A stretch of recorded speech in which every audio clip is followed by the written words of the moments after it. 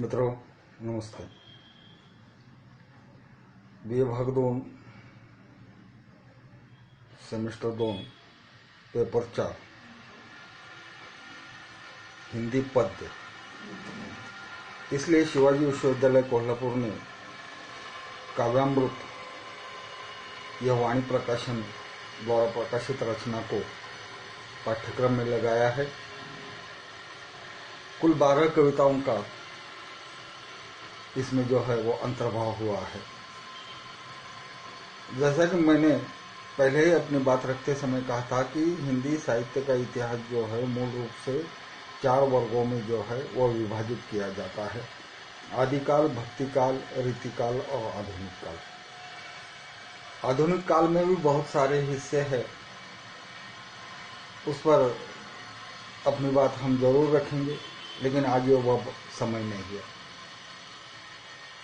तो कुल 12 कवि है, उनमें से 6 कवि मध्ययुगीन है अपनी सुविधा के लिए, क्योंकि इसमें से कुछ जो है वो भक्ति काल से संबंधित है और 2 एक रीतिकाल से, और कुल आधुनिक 6 कवि है, जिसमें से आज प्रथम कवि को हम देखने जा रहे हैं।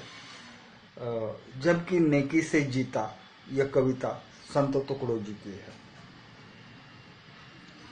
वैसे हम मराठी भाषी है, संत तुकडोजी के नाम से भली भांति हम सब परिचित है। संत तुकडोजी आजादी आंदोलन के, स्वतंत्रता संग्राम के एक बहुत बड़े सेनानी थे। राष्ट्र कवि के रूप में आपको जाना जाता है। इतना ही नहीं, आपकी बहुत सारी रचनाएं जो है वह देशभक्ति से ओतप्रोत है।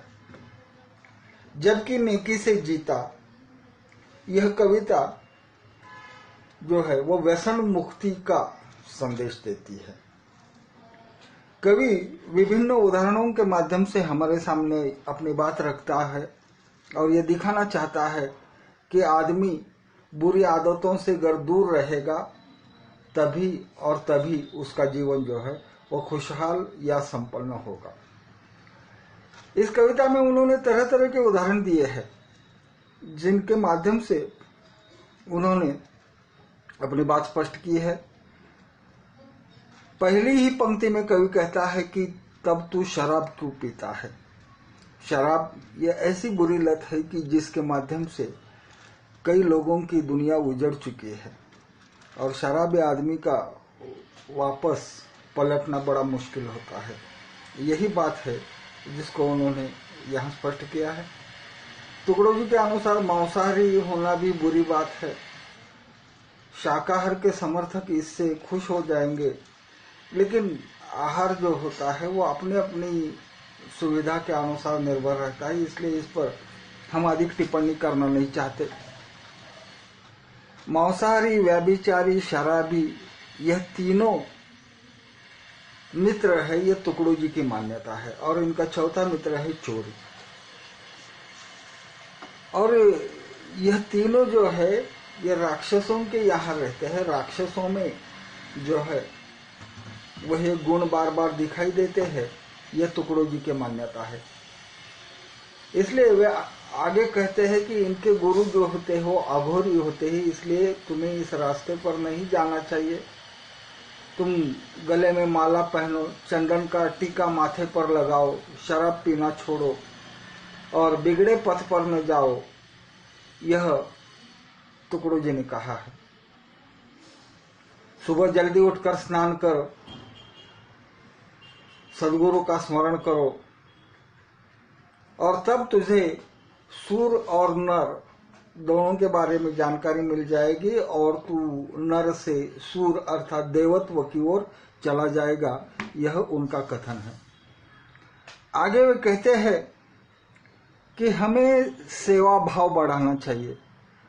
द्वेष, स्वार्थ, इससे जब हम दूर हटेंगे तभी जो है वह हम इस देश को आगे लेकर जाएंगे। अपने आप से क्यों लड़ते हो? आपस में लड़ने के बाद जो है वो हमारा ही विनाश होता है। रावण भी हम है और राम भी हम है, यह उनकी मान्यता है। और इसलिए वे कहते हैं कि राम और रावण बनना हमारे हाथ में है। अगर हम अच्छा कार्य करते हैं तो हम राम बन जाते हैं, अगर बुरा काम करते हैं तो हम रावण बन जाते हैं।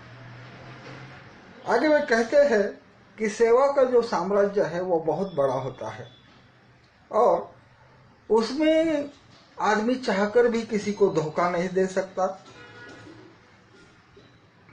गांधी ने, हमारे राष्ट्रपिता ने, अपना संपूर्ण जीवन जो है वो लोक सेवा में बिताया था। उसी प्रकार से हमें अपना जीवन बिताना चाहिए, ये उनकी मान्यता है। अपने मन में किसी के प्रति बुराई या द्वेष या कटु भावना मत रखिए।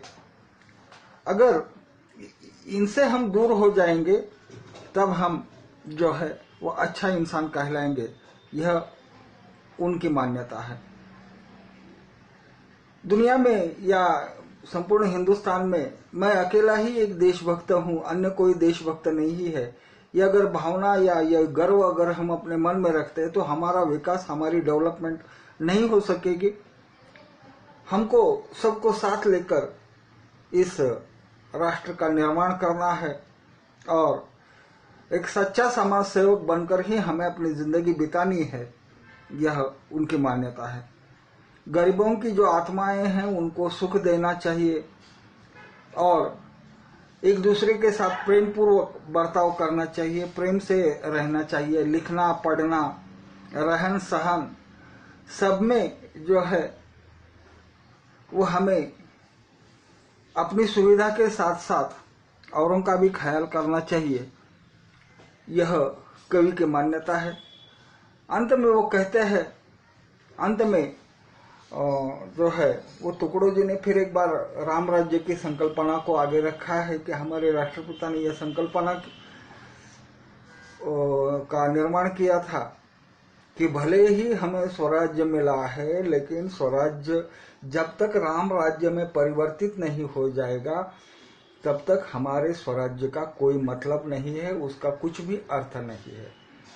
अब जो स्वराज्य है उसका राम राज्य करना ये हम सब की जिम्मेदारी है। ये टुकड़ो जी ने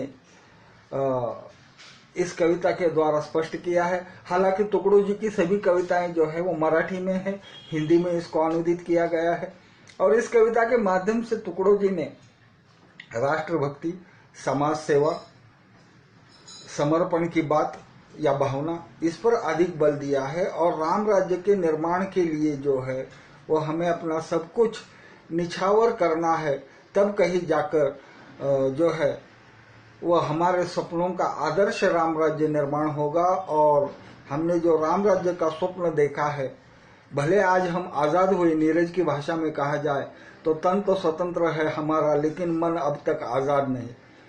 तो भले ही हम आजाद हुए हैं लेकिन फिर भी हमारी आजादी की कोई भी अहमियत नहीं है, उसका कोई भी मूल्य नहीं है। यह मूल्य तभी होगा जब सही मायने में यह देश राम राज्य में परिवर्तित होगा। इसी भावना को उजागर करने के लिए संत टुकड़ो जी ने यह कविता लिखी है। हमें लगता है इस पर और अधिक स्पष्टीकरण की जरूरत है ही नहीं। आज के लिए इतना ही पर्याप्त है। फिर दूसरे लेक्चर के दिन मिलेंगे। धन्यवाद।